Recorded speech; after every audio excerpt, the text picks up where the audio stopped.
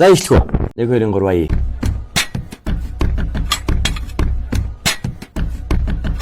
Сайн байцгаана уу найзуудаа, та бүхэндээ энэ өдрийн мэндийг хүргэе. Энэ подкаст маань өргөжилж байна. Та бүхэндээ шинэхэн дугаараа төлөвлөх бэлэн болоод байна. За өнөөдрийн зочин бол танай бүгдээрээ таньсан баг.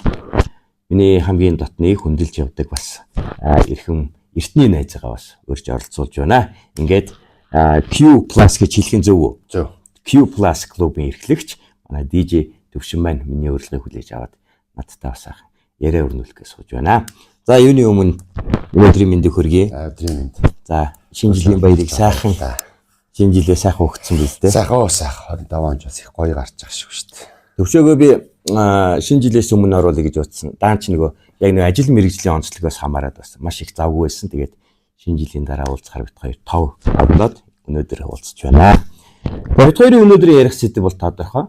За клубын соёл ярмаар санагдж байна. За DJ culture буюу DJ урлагийн тухай бас ярмаар санагдж байна. За танаа клубээр сайн юу ямар ажил дээр ажиллаж байна? Өдөр тутмын үйл ажиллагаа яах вэ? Тийм, манай клуб энэ жил 9 дахь жил рүүгээ орж байгаа.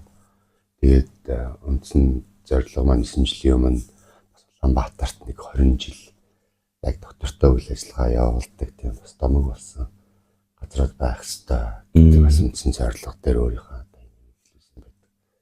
Тэгэл тэрэндээ зориул явж байна. Одоо ингээ 2 дугаар сар гарахлаа бид нар 9 жилийн айн хүрээнд тэгээд 10 дахь жилийг өгөх тийм ажлуудыг төлөвлөсөн ерөнхийдөө ажиллаж байгаа. Клуб ер нь энэ төрлийн бизнес эрхлэгт надад их нэг төрлийн санаа зовдөг зүйл байр савны асуудал байд юм л да. Чи одоо энэ клубын амьдралтай өөрийгөө холбоод бас маш их олон жил болчлоо. Тэртээ ингээл 2000 оноос хойш бивэрс радиод байдаг гэсэн Төвшин Бататаагур маань орж гараад бас энэ дэнд л ивент зохиогоол энэ урлагийг чи бас үрийн тариал явж исэн хүн те.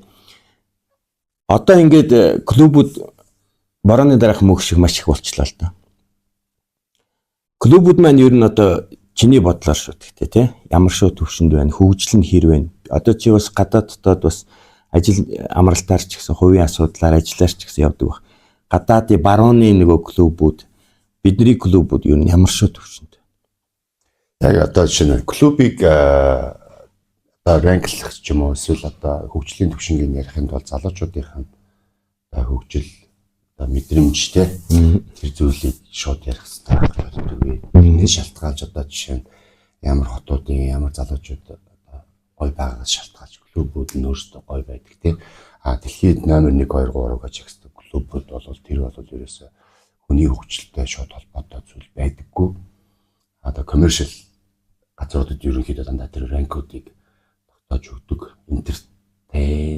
Entertainment хийдэг клубуудын тухай ярьж байна. Миний одоо явж байгаа уурсгал бол тэднээс жоохон өөр илүү яг нэг хөгжүүлэх тий. Тэгээд дээрэс нь залуучуудыг бас хөгжмөр одоо юу агуулж хөгжиж байгаа залуучуудыг илүү хурцтай болгох тий.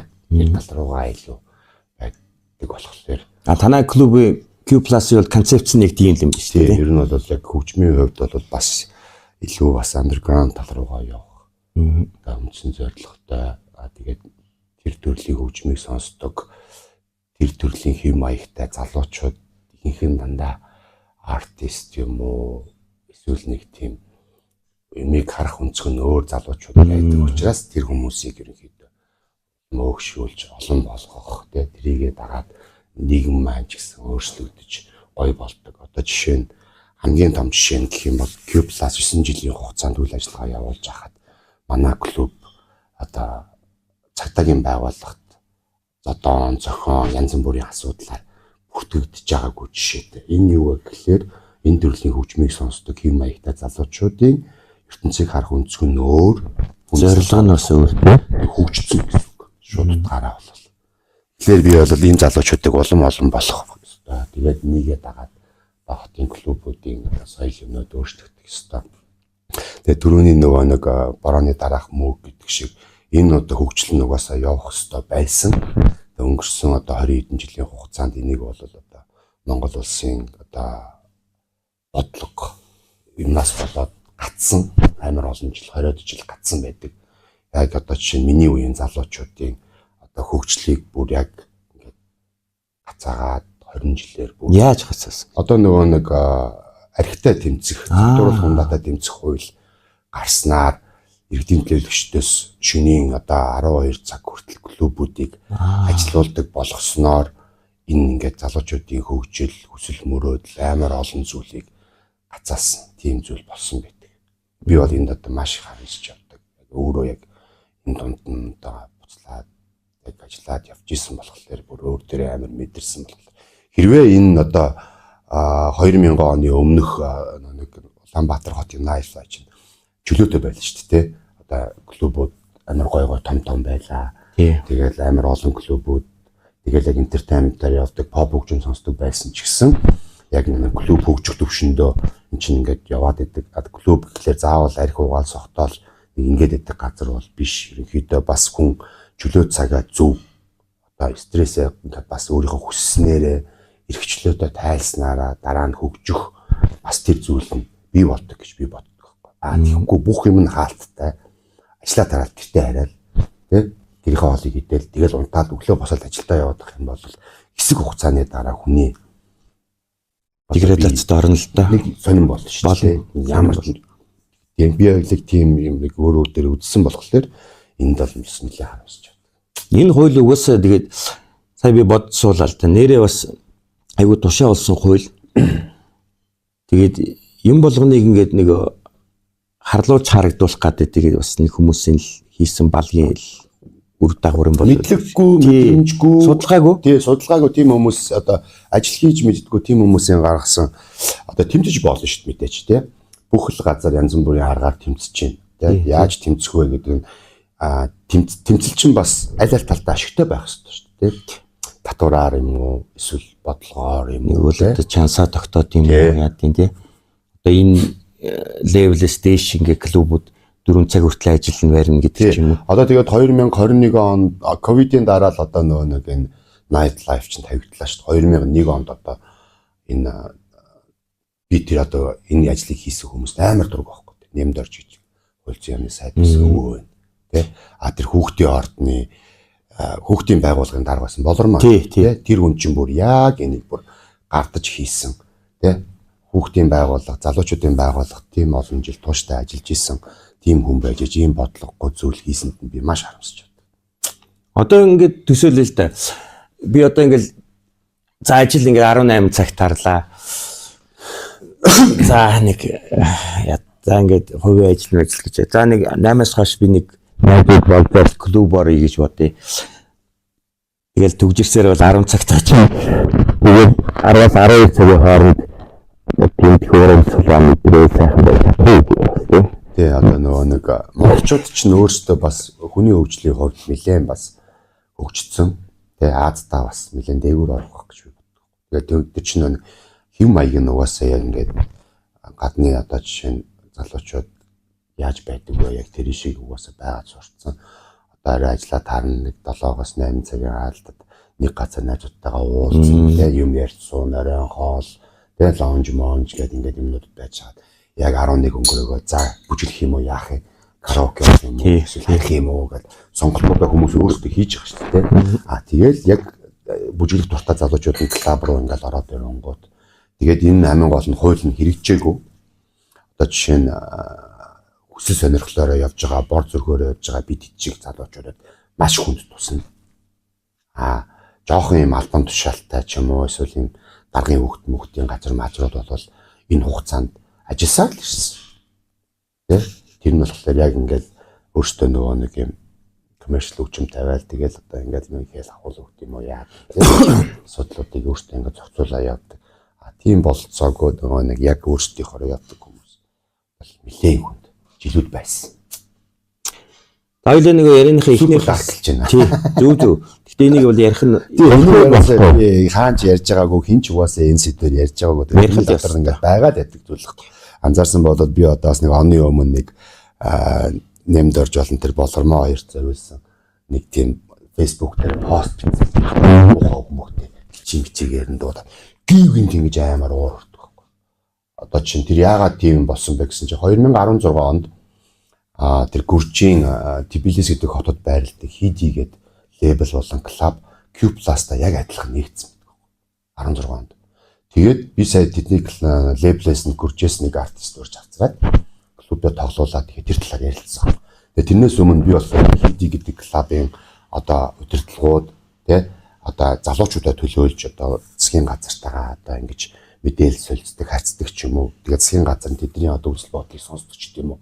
Тэнд одоо яг бид нар шиг юм хэм маягтай андерграунд хөгжим сонирхдаг урлагийн тийм хүмүүс цөөнх гэж хэлэхдээ нийгэмд одоо сонирхлоороо цөөнх болж чаддаг тийм хүмүүс ингээд байдаг. Тэгээд тэр хүмүүсийн өмнөөс ингээд тийм одоо коннекшнтэй болцсон гэж би аюул олон одоо хүмүүсээс сонсоод тэгээд тэднээс хүрчээд цаад хүмүүс чи яаж юм болваа гэж ярьж байгаа. Дөнгөж зөвхөн хөгжим. Клубыг хөгжүүлсэн хөгжим. Одоо жишээ нь 16 онд би энэ клубыг нээхэд бас л 12 цагаас Улаанбаатар хотын клуб шөнийн зингэний газрууд хаадаг байсан тий. Хоёулаа яг зэрэг поинтн дээрээс хөдлөөд миний байж байгаа байдал 2 жилийн өмнө чинь хэлж чинь нөгөө хүмүүсийн байж байгаа байдал болохоор одоо дэлхийн андерграунд хөгжмийн нэлээд том одоо хүмүүсийг өрж тоглуулж моглуулдаг болсон тэрүүгээрээ залуучууд нь бүр ингээд амар бахархдаг бүр ингээд тэгээ одоо Тбилисийн одоо парти болон фестивалууд одоо тэр ялангуяа Хиди гэдэг клубнууд бас яг андерграунд синдээ бол Европтой дэлхийдээ бас ингээд нэр хүндтэй болцсон. Тэдний одоо удирдлагууд Европ, Берлин, Хаач, Англи ч юм уу Берлин ч юм уу очиход хүмүүс амар гоёор хүлээж авдаг тий. Ийм төвшөнд ингээд амар гоё ажиллаж бас болдог байгаа хөөхгүй. Тэнгүүд би тэрийг сонсчод бухимдаад нэг удаа тэгээ пост биччихсэн. Амар бухимдсан би тэгэхэд тэрнээс хойш ерөнхийдөө яг энэ талаараас ярьж мармаар санагддаг байсан. Гэтэ ингээд альва нэг сэдвийг чи ингээд за яг чиний ингээд пост оруулаад ярьж байгаа бол таад маань эн чинь уг нь бол ингээд хөлөтөн ингээд нэг цөөхүүлчихсэн нэлээд массыг хамарсан хүмүүс байгаа ш. DJ-нэр, за клубын бизнес эрхлэгчнэр уг нь нэгдээд бас хотын захиргаан бас нэг юм хүсэл тавьдаг ч юм уу бас энийгээ эргэж хараад судалгаа дүгнэлт хийгэж гэж хүсэл тавьж үзсэн юм уу? Үгүй. Тийм ерөөсөө юм хийж байгаагүй. Тийм. Одоо гэхдээ хийх цаг нь болсон юм шиг. Тийм төвшөнд холбоотой хүмүүс биднэрт байдаггүй байсан. Тэнд бол холбоос өлбөө хэрэггүй шүү дээ. Ер нь бид нэр бизнес эрхлэгчнэр шүү дээ. Бид нар ч бас юм хотын соёлд одоо энэ чи одоо 2090 оны сүүлийн Улаанбаатар биш шүү дээ. Одоо жишээлбэл танаа ингээд клуб чиний өөрөө чи ингээд дэмжиж хөгжүүлж байгаа тэр залуучууд чинь шал өөр тайптай хүмүүс шүү дээ. Тий, одоо эн чинь тэгээд нөгөө нэг заавал хүн над дэмжиж туслуулаад ч юм уу тэгээд явах хэрэгтэй асуудал биш. Бид нар өөрсдөө урдаа байгаа юмудаа айгуу сайн хийх хэрэгтэй тий. Тэгээд яг энийг одоо энд амар үнэнчээрээ байх хэрэгтэй. Тэгэхгүй тэгэл янз бүрийн юм хараад шарвал нааш цаашаа болоод иж юусаа болохгүй тий. Яг одоо жишээ нь чи ингээд юу сонгосон юм? Чиний шир сонгосон юм чинь чиний одоо чамд яг зөв юм өгч ирсэн юм уу гүм үү? Чи тэрнийхээ талаар тууштай явах юм уу гүм үү тий. Тэгээд дараа нь үр дүн ямар байх юм? Зөв юм тэгээд зөв замаа сонгоод явах юм бол үргэлжил зөв л хэлдэг шүү дээ. Шинэ юм өргөл сайхан зүйлийг авчирдаг. За ямарчсан тэгээд энийг бол хөндөж ярьсан маш их баярлаа. Би бол айгүй дуртай байна. Надад их гоё санагдлаа. Тэгээд энийг бас манай дээр байгаа хүмүүс сонсоосай, мэдрээсэй. Бид нар бол одоо энэ соёл өөрөө маш их хүчтэй төгссөн. За дээрэс нь энийг хамарсан залуучууд одоо 21-р дэх залуучууд бол бүхлөөтэй айран бий болсон гэдгийг бол манай хүмүүс бол мэдмээр юм да. За тэгээд клубын соёл энэ өөрөө айгүй том сэдв. Нэг хоёлоо өнөөдөр үл ярьж бүгдийг барахгүй. За тэгэхээр клубд ямар хүмүүс одоо сүүл чи танахыг л ярил л да. Би бусдын бол хүндмээргүй ямар хүмүүс орж үйлчлүүлдэг. Ингээд чиний анзаарж байгаагаар шүү. За та нар тэнд маань ямар меню хөгжмийн меню өргөн барьдیں۔ Ямар концепцээ түрүү хоёлоо нэг зохис дурдлаа тий. Ер нь зорилго чи яг юунд вэ? Одоо тийм нэг ариг тамхи зарах сонирхол бол мэдээж хэрэг биш тий. Чи түрүү хэлсэн би бол энэ электро хөгжмөр танах яг төр электро хөгжмөр илүү барьж байна. Тий, электроник хөгжмөр ер нь тоглодог. Клубуд ер нь төрөлдсөн байх ёстой юм уу? Ер нь төрөлж хэрэгтэй. Тэр чинь нэг хэв маяг байгаа учраас тий. Зүгээр нэг амар юм Монгол хэдэ газар оролж ирээд хүнийг тийм хэв маягтай хүмүүсийн хөгжим сонсноос гэдэг юм бол нэг тухтай байхгүй тий.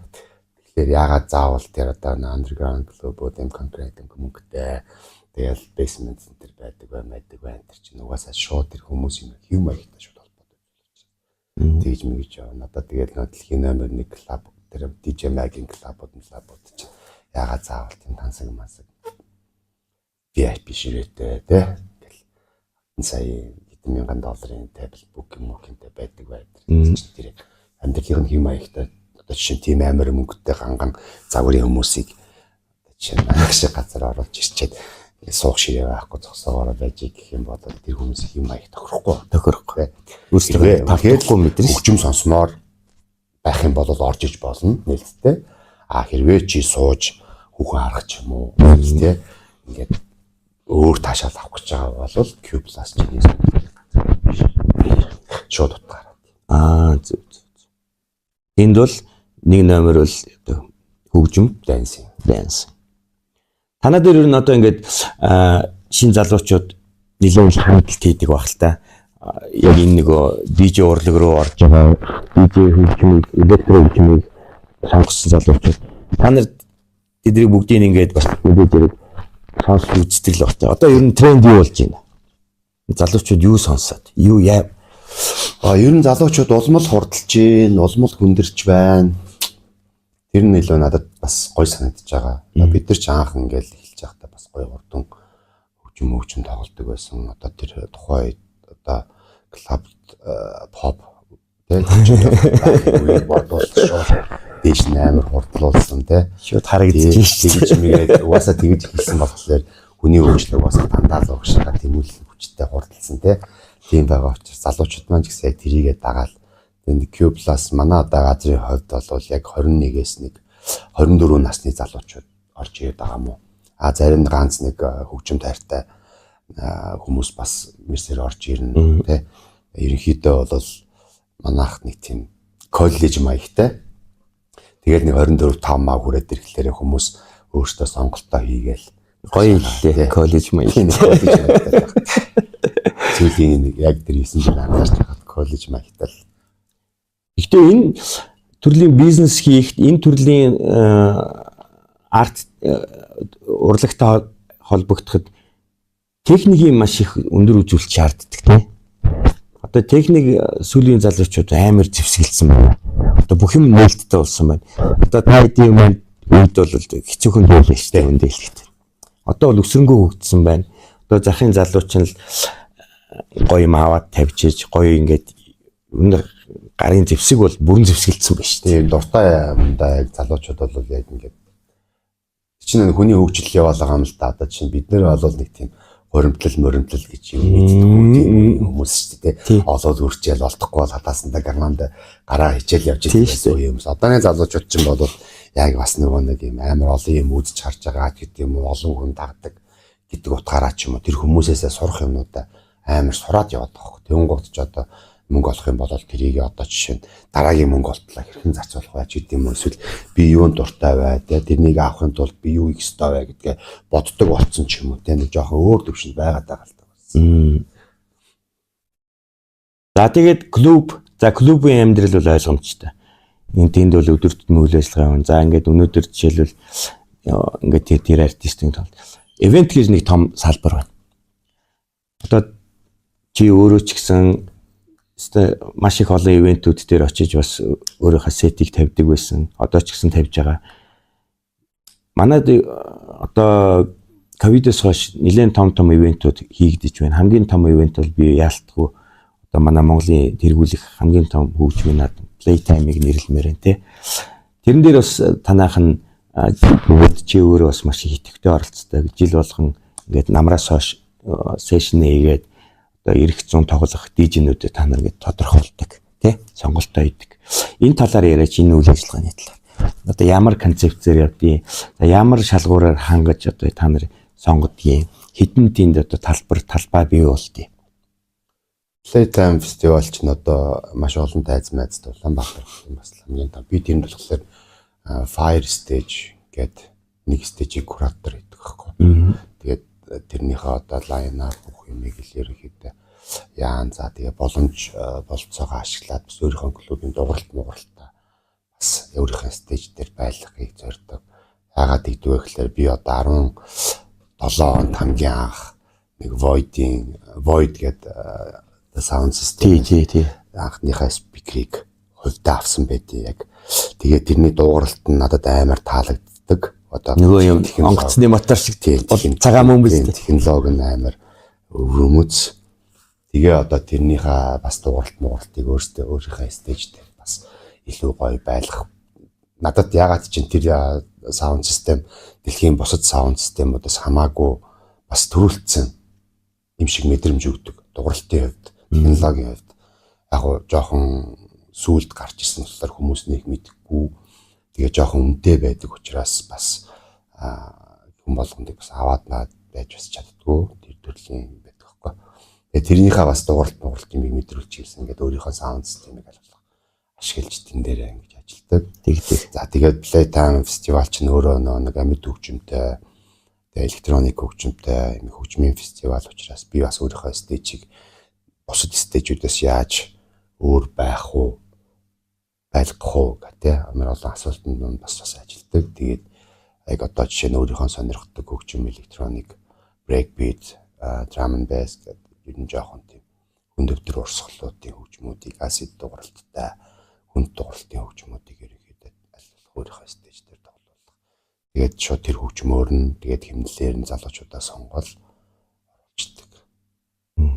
Өмнөх жилүүдэд ч нэг showcase гэдэг юмнууд болоод идэг байхад бол яг ингээд стейжийнхаа тоглох артистуудыг бол бас нэг 60-70% шууд сонгочдөг гэсэн. Тэгээ одоо энэ жил нэг showcase байхгүй учраас бас жоохон сонгоход хүндрэлтэй байгаа. Гэтэ яг би өөрийнхөө нэг стейжийнхаа юун дээр бас нэг тийм арга хэмжээ оны өмнө хоёрыг, оны дараа хоёрыг зохион байгуулад ихэд лайн ап гаргаж. Одоо энэ чинь ингээд нэг сард стейжинг кураторууд өөрсдийнх нь лайн апуудаа гаргаад 2 сарын ихээр одоо Playtime удирдлагуудад өгнө.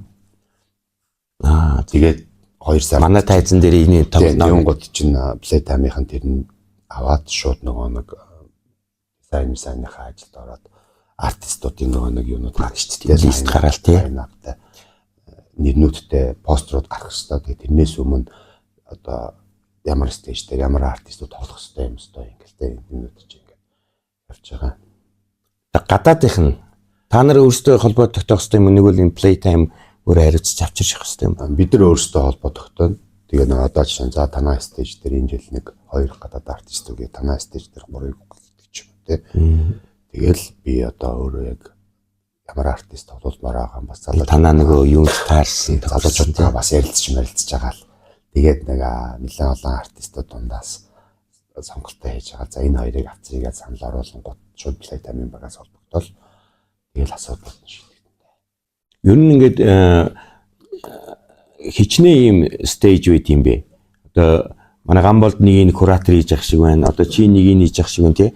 Хичнээн юм биш одоо өнгөрсөн жил хүртэл 10 эдний стейж байсан шүү дээ. Өөх тийм их. Тэгээд энэ жилээс нэлээд бас цөөлөөд багсаж байгаа юутаагаа төлөвлөгөөтэй байсан. Одоо тэрийг л дарж байгаа байх гэж бодож байна. Тэгээд Playtime стейж одоо зарлагдаагүй юмны хадлаа би хамаагүй тийм ээ.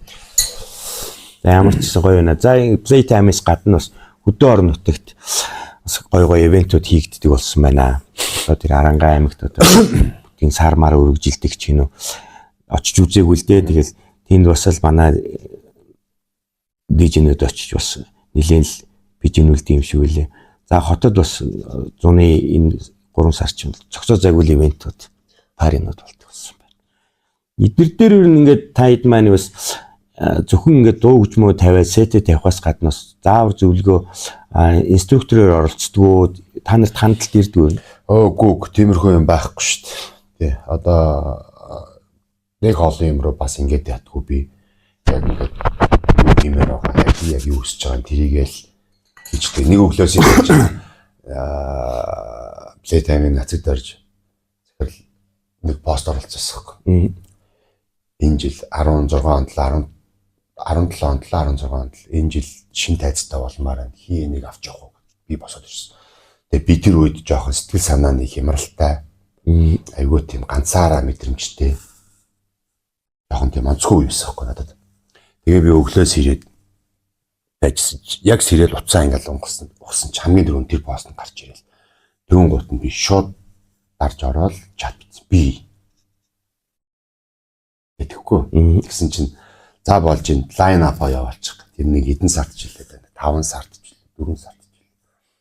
Тэгэл би шууд дөрөвгөө залгаал уулзалт тавалцгаа хийгээл. Тэгэл дүүнэрээ цуглуулаад шууд суугаад за одоо fire stage гэдэг play time дээр ийм stage хийх гэж байгаа. Тэгэл нэрмэрийн би шууд дотроо бодоод тэгэл одоо энэ stage дээр бүгдээрээ line up гаргаж ажиллана. Энийг ингээд цаашаа тэгэл хийс. Тэгэл тэр жилдээ хамгийн жижигхэн мөртлөнгөөс хамгийн халуухай стейж байсан. Юм тэгээд баг багаар нэр хүнд нөсөөл тэр стейж болвол яг тийм жоохон өөр мэдрэмж авмаар байгаа хүмүүстэй зориулагдсан юм. Гоё л доо. Танаа аяг барьж байгаа энэ нэг юу ч их гоё л доо. Яг л тэр болгоо нөгөө өдөр тутам клубүүдээр бааруудаар нэг их шиглээд идэг аюу байсан. Андерграунд хөгжимч угсаал тийм л дээ. Нот тэгээ нэг Улаанбаатар хот ч өөрөө бас залуучуудын тоон амар хурдтай өсөж байна.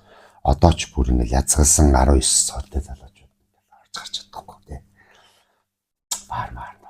Би заримдаа нэг клубдээ ингээд нэг залуучуудын хамтлагуудын одоо тоглолт моголтыг зохион байгуулдаг байхгүй. Тэр нь да ямар учиртай вэ гэхээр би ч одоо бас 16 онд анх Colors-ийн пензиг юу яагаад продюсер гэх юм уу дэмжиж хийжсэн. Тэгэл тэр залуучуудыг анх нэг өөрийнхөө нэг зугаалга гэж жижиг фестивал дээр тоглуулаад санаж байна тий. Тэгээд гисэн чинь надад бүр амар таалагдтал. Тэнгуүтэ ахын нартай. Пензи шин гаргаж игээл гэсэн. Нөгөөдөл чи заа тэгэл би тэр ховоос бочкод ороод. Тэгэл яах вэ хөө гэлтсэн чинь нөөдөл чинь ингээл би нэг жоохон бахтай яг ингээд залуучуудаас их тэр мэдрэмжээ би авдаг байхгүй. Бусад хүмүүс авт юм уу мэдэхгүй. Яг ингээл асаалт үлд алмаар байдаг. Тэ тэнгуут яг очоод тав гэл нэг юм дээр очоод мөргөө зогсчихд. Тэрний өглөөр мөнгө дэмжлэг яа ингээл тэгвэл тийм юм байхгүй би ч нэг залуунаас амар хүрцэн. Тэгэл одоо залуучуудыг аль болох тийм үзүүлэхгүй юмсан гэсэн тийм хүсэл зориг надад байгаад байдаг байхгүй. Тэгэл нөгөөдөлтэй чинь уулзаал ярин бот яг хөөрөл тэ. Би ч одоо өөрөө бас мөнгөгүй байгаа шүү дээ. Тэгэн готл ахаа тэгмээрэн Монголд мастеринг хийхгүй, Монголд миксинг хийхгүй. Янзын зориулсан гадаадын лейбл мэблэр хийх юм тий. Тэгэл Пенз хэвлдэг газар хаана гэдэг юм бол Оросод нэг байд юм байна, Японд хэвлдэг юм байна. Орос Япон чанаргүй ахаа гэл. Герман чаяа гэл тий. Тэгэл ингээд би бас дотроо бодож байгаас тийм ямар ч спонсор байхгүй тэр чинь тий одоо согор кофе байхгүй. Тий ямар ч кофе байхгүй тий бүгд миний хаалбаас гарах гээд байгаа юм. Юм гот нөгөө залуучууд чинь яг ингээд нэг би жоохон байхдаа шаадаг байсан чинь дэрэн сэтгэлд алнахаа махаа. За окей. Тэгээд яг бензин дээр яваад ирсэн чинь нөгөө нэг юу мо гадаадынхан чинь амар германчууд чинь шууд нөгөө нэг юм копирайт грэхийн тул заавал юм копирайт маяг. Тэгээд Монголын копирайт майт юу байдаг вэ гэсэн чинь бас л жоохон хэцүү байсан. Тэгэл тэрийг нь зохицуулаад тэгээд тэр нэг хин билээ нэг яруу найрагчийн шүлгээр нэг дуу ийдсэн байсан. Тэр мөр нь ингээд нэг жоохон бас удаашаалтай нэг ажил ингээд гэж зунгаарлалт болоо. Тэсэр байгаад яг тиймэрхүү ажлыг хийгээл ингээд гаргаж ирээл хүмүүст ингээд төлөвлөж байгаа юм.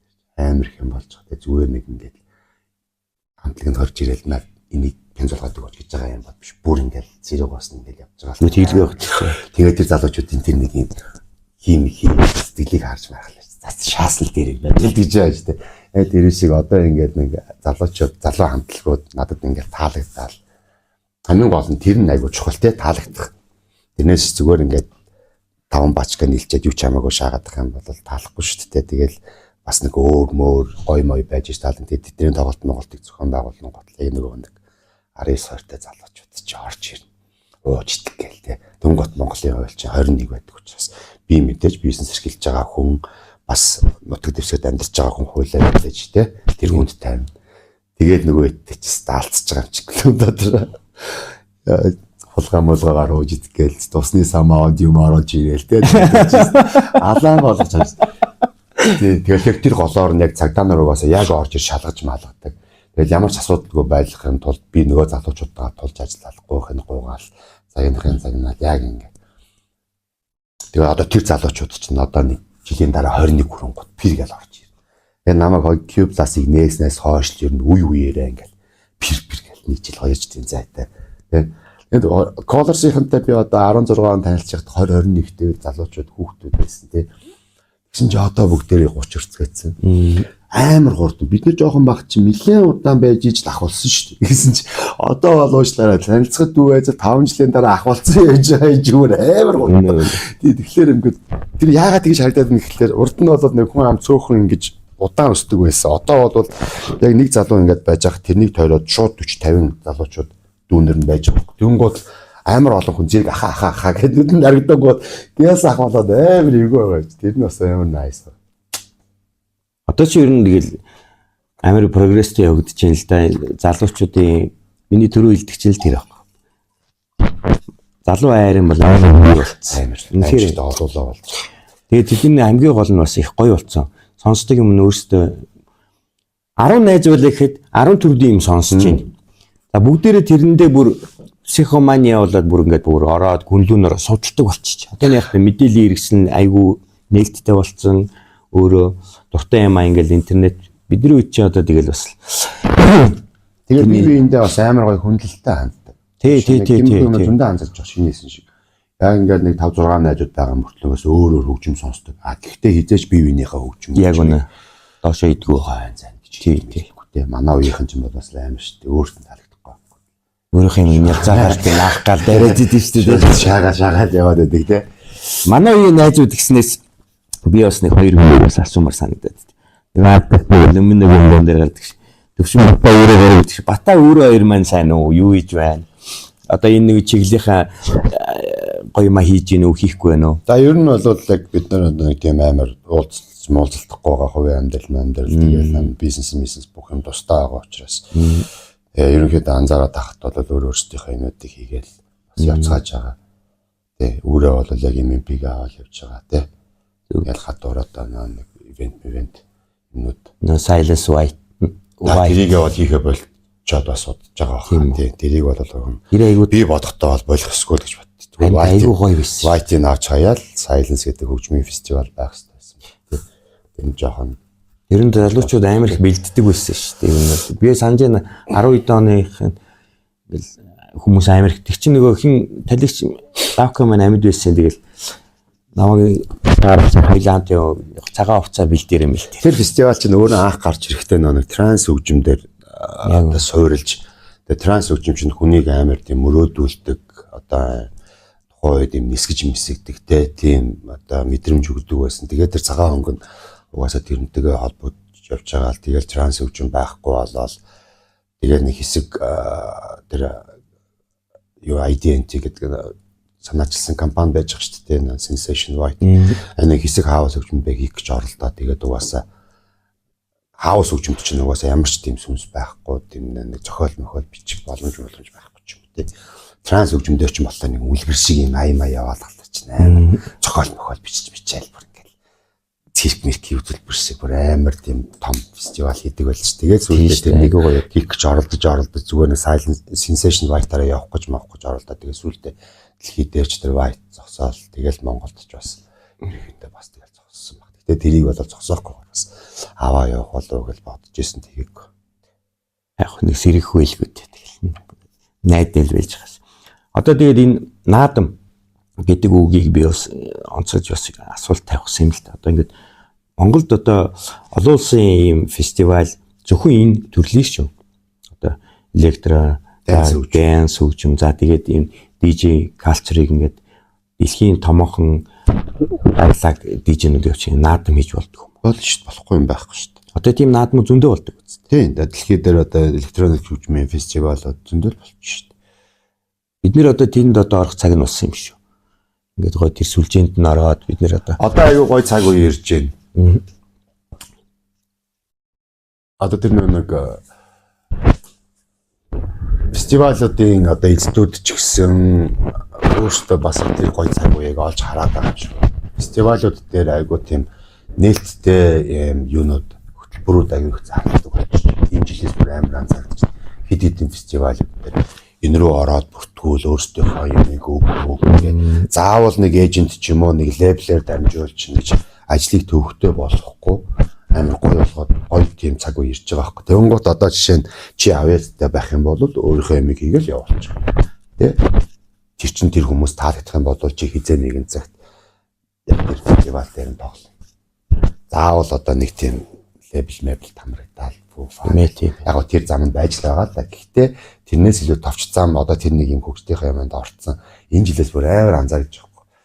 Чи одоо ингээл бид нар одоо юм фестивалда шинэ стейжтай болж ин энэ дээрээ дандаа ийм шинэ хүмүүсийг тоглоулмаар байна гэсэн тийм юмуд айгүй олон гарч ирээд байгаа. Тэгээл тэр линкээр нь ороод өөрийгөө бүртгүүлээл сетметээ явуулж маавлангууд цаана сонсдог хүмүүс сонсож байгаа л энэ стаалж ин маалж ин гэх юм бол шууд л амар. Одоо яг тэр олон фестивалуудаас хамгийн топ нь ямар фестивал вэ? Одоо топ гэж хэлэхэд ч одоо хэцүү шүү. Тий амар хэцүү. Тий. Яг ямар хөгжим одоо жишээ нь тэр чинь ингээл урсгалаараа болж байгаа шүү дээ. Бэлэг тэр Роттердам энэ төр л болохоор илүү одоо хард техно, хард индастриал хөгжмөд илүү явж мавдаг. Одоо тэр дундаа бол миний одоо хамгийн хийт гэж бодож байгаа нь бол тэр Роттердам рэв юм шиг байна. Амар бас шинэ залуучуудыг гаргаж ирдэг. Бас DJ-ийн шинэ одоо юм тоглолтуудыг хүмүүс үзүүлэхэд зориод хичээгээд тэр талаараа тэр нь амар чухал шүү дээ. Одоо жишээ нь ингээд DJ ганцаараа тоглолдог байсан бол одоо хэдэн жилийн өмнөөс back to back гэдэг хоёр DJ араасаа тоглолдог болоод тэгсэн чи одоо тэр Роттердамынхан face to face гэдэг тэр амар сонирхолтой. Би сая клуб дээр бас нэг удаа хийж үзсэн.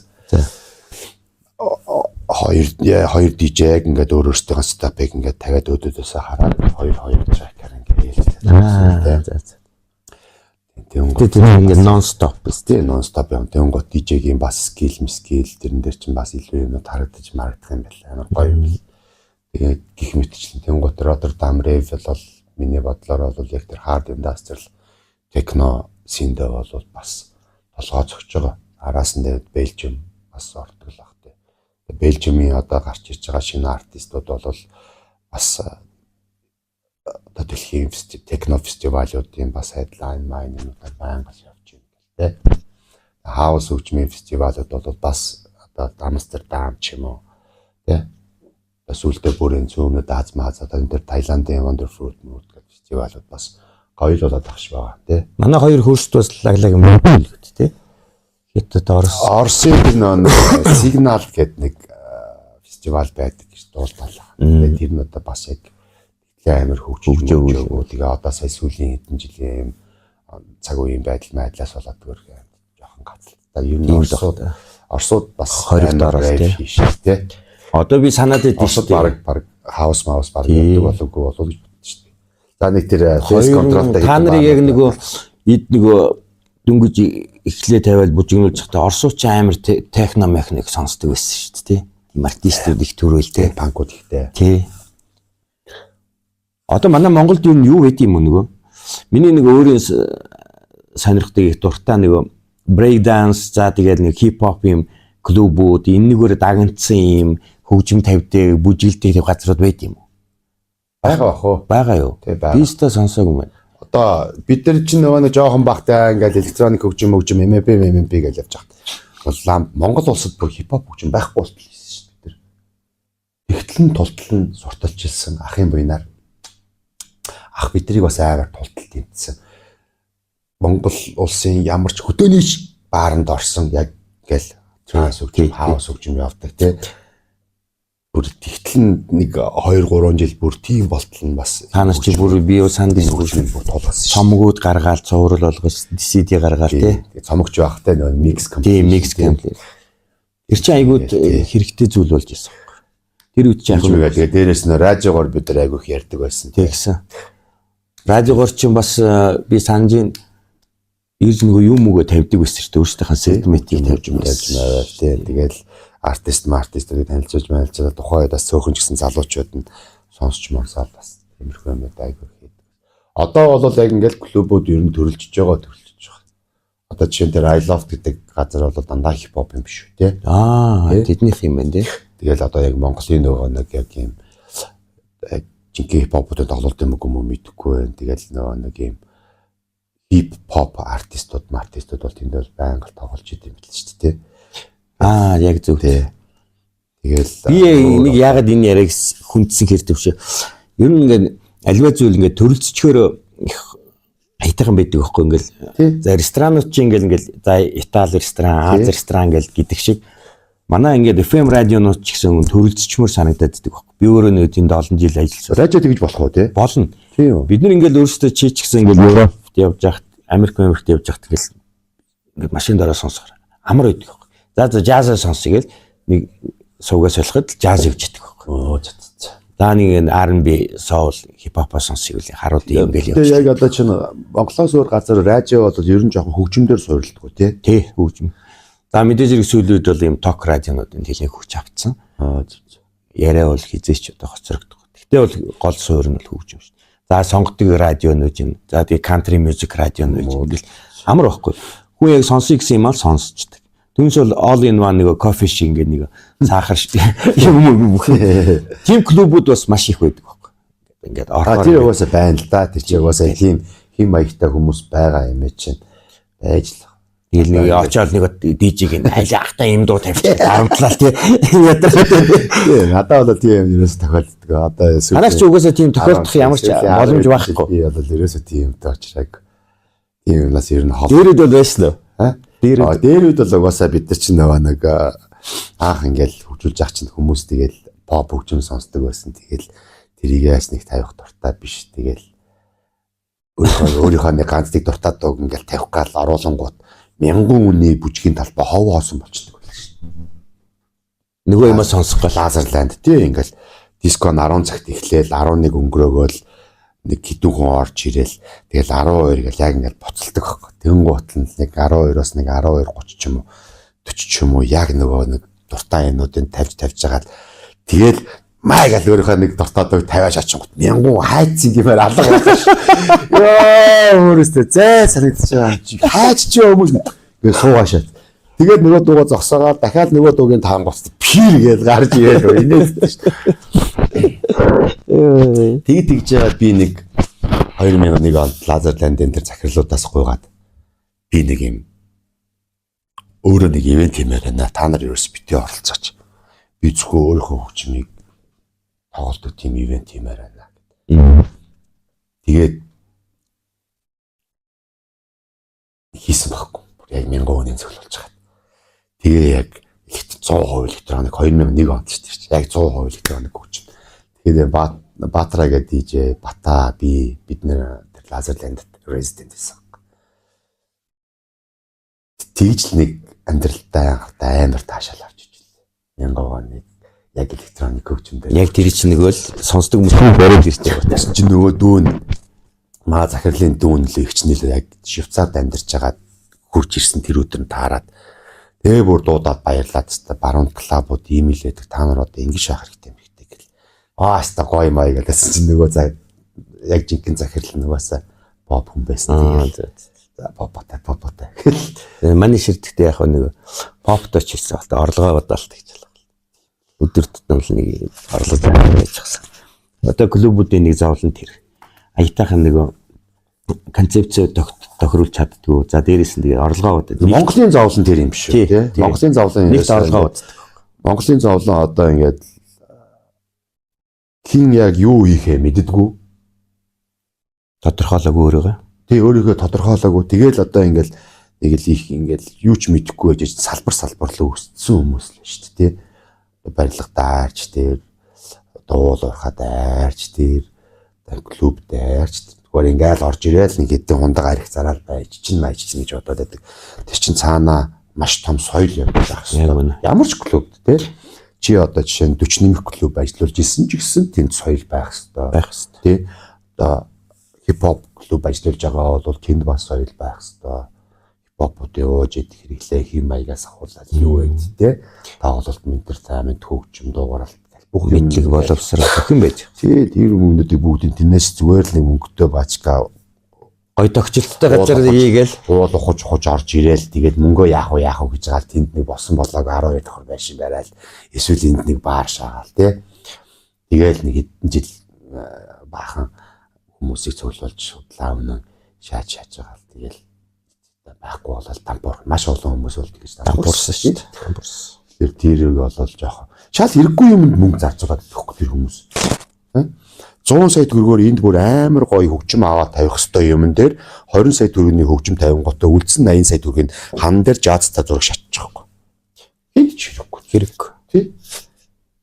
Тэгээд мөнгөө яаж өрхөө мэдэхгүй мэдлэг. Клаб чинь л гол концепт чинь л тэр шүү дээ. Ер нь тэр хан дээр байгаа зургийг клабд орж ирэх хүн яах хэрэггүй шүү дээ. Тэр хаана бетон байна уу, харамттай байна уу, ягаан өнгөтэй байна уу? Хинт ч ямар ч тийм анх орж ирэхэд анхны мэдрэмж интерьер гэдэг юм байх ёстой л. Тэгтэл тэр жаст одоо ч ер нь бүхэн клабуудын анзаараад минимум айгүй easy. Монголд бас хэцүү тийм байхгүй. Нэг амар одоо ч гэсэн стил тэр одоо клабын бизнес хийж байгаа залуучууд намайг сонсож байгаа бол тэр юурэл байгаа шүү дээ. Мөнгөтэй гой гой залуучууд нийлцэн ингээл гой гой юмнууд хийгээл ямар ч хэрэггүй тэнд нэг тийм хэхварта хан маань хийгээл тийм. Тэгснээ тайзан дээрээ тавьсан хөгжим нь яг ингээд 150 200 хүн орж ирээд зогсоход багтаал. DJ-ний амар сэтгэл ханамжгүй хөгжмөө чангалчмаар байдаг. Тэнд хамаг юм дээр нь пикг бол ахчих гал шатчих гал. Тэ?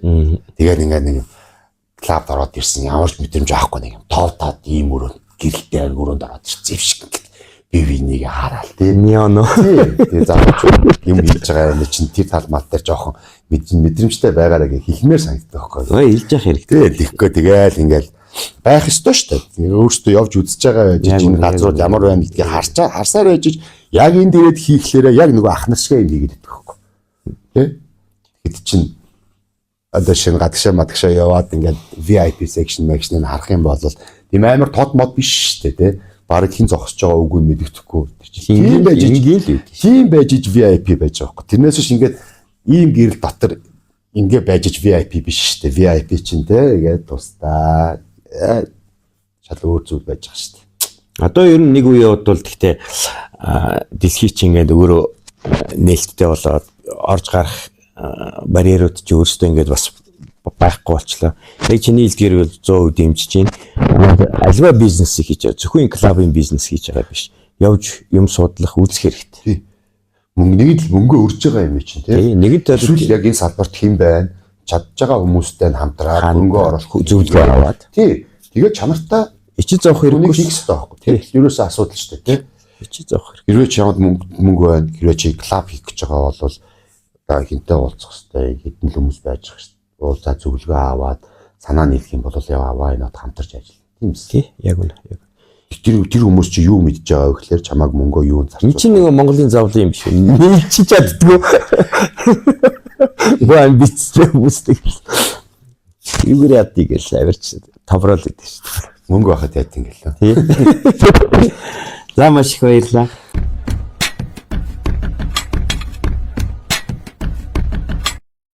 Тэгээд миний урилгыг хүлээж авсанд төвшөндөө маш их баярлалаа. Яа урьж оролцуулсанд баярлалаа. Бас хоёр бол одоо юм ярил зөндөө ярина.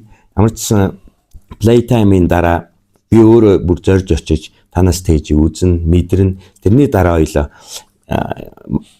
ойн дээр нэг уулзъя дахиад. Тэгээ маш их баярлалаа. За аргирийнхэнд нь танаа бизнест амжилт хүсмээр байна, эрүүл энхийг хүсмээр байна. Төвшөндөө тэгээд энэ гоё клубын соёлыг түгэж байгаа ажилд нь, зорилгот нь. За тэгээд энэ DJ culture-ыг бас одоо коллежид нь амар гоё амжилт хүсмээр байна. Тэгээд энэ ч өөртөө л гэж захимаар байна. Одоо тэрийг л хичээж байна да.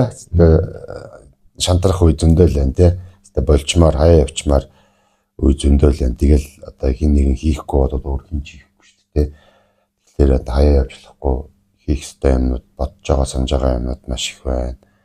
Мөнгө гэхээсээ илүүтэйгээр орлогоо бодволч одоо юу авах вэ?